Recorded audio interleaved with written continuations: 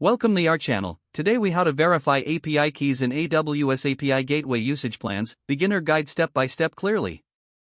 To verify API keys in AWS API Gateway usage plans, start by logging into your AWS Management Console. Navigate to the API Gateway service from the console menu.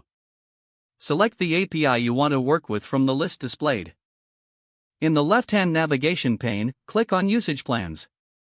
Choose the specific usage plan you want to verify API keys for.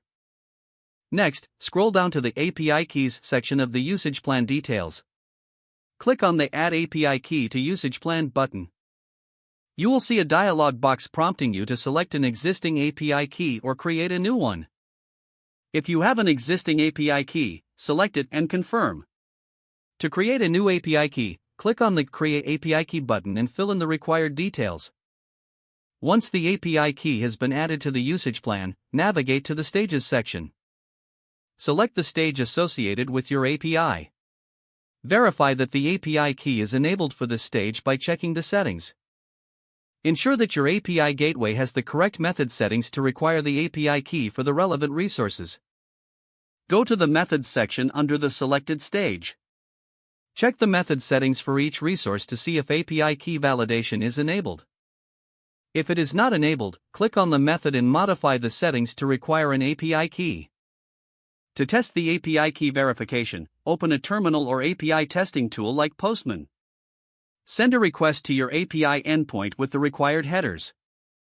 Include the XAPI key header and set its value to your API key. Review the response to ensure it reflects the expected behavior.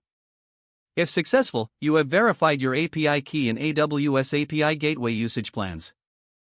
If you encounter any errors, double-check your setup and ensure your API key is valid and properly attached to the usage plan. If the page does not load, refresh the browser or try again in a private or incognito window. Make sure you are using the correct email address, then retype it carefully to avoid small typos. If your password is not accepted, use the reset option and create a new strong password you can remember. Check your spam folder for verification or security emails, then complete any requested. Enable two-factor authentication if available to improve account security and reduce unauthorized access risk. After signing in, review your profile details so your contact information and settings are accurate and current. Don't forget to like this video and subscribe to our channel for more step-by-step tech guides.